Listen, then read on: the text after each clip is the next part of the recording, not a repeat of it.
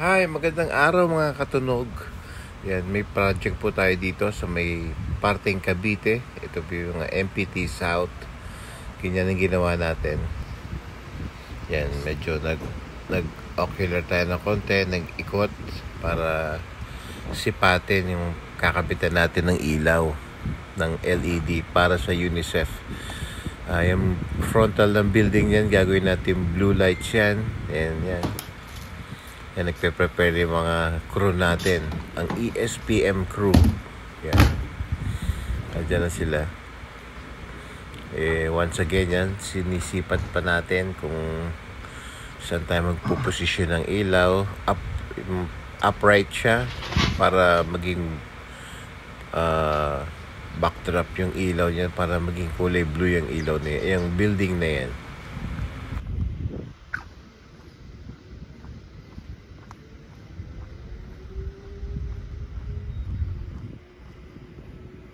Yan ang MPT South Building, located at Imus, Cavite.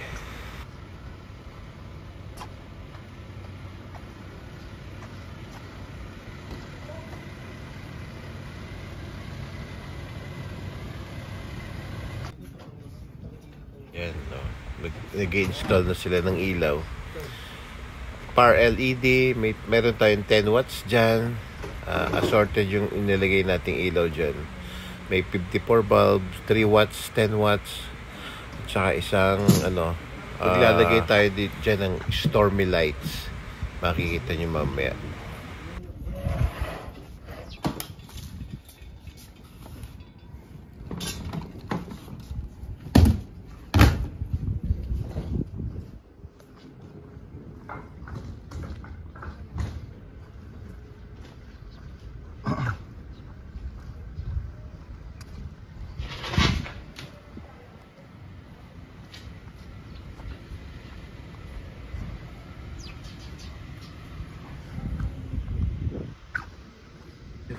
Diyan tayo maglalagay ng mga ilaw from sa dulo ng building na yan up to doon sa kabilang building. Frontal lang tayo naglagay dyan.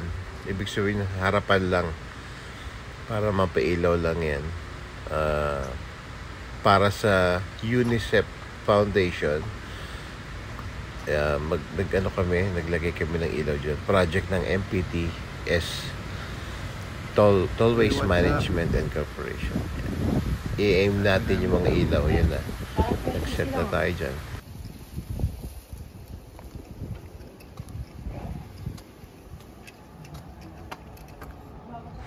More or less nasa 60 par LED lights ang ikinabit natin yan, plus apat na stormy lights.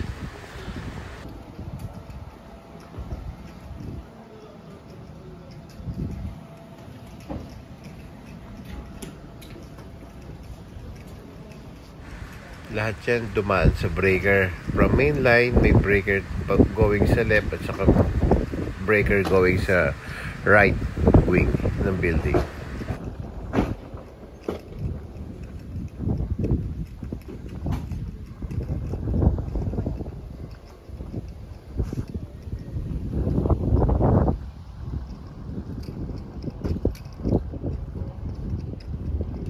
May natira pang ilaw. Yan, waiting na tayo dyan. Bumaba yung araw. Ito na. Excited kaming buksan yung ilaw niya nung medyo dumilim na. Yan na po ang ang kinalabasan ng project natin.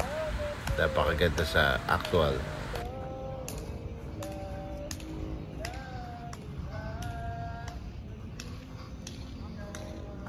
At napakanta na nga yung mga organizer natin nung nagsilip tayo ng ilaw.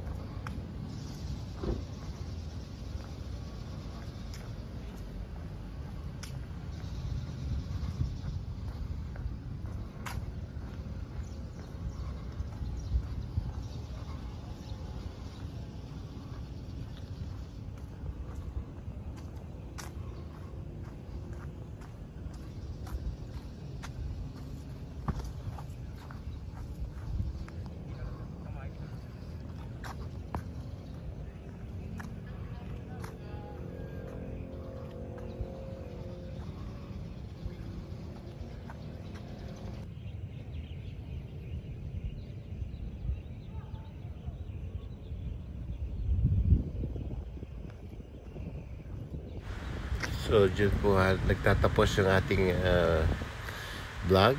Thank you.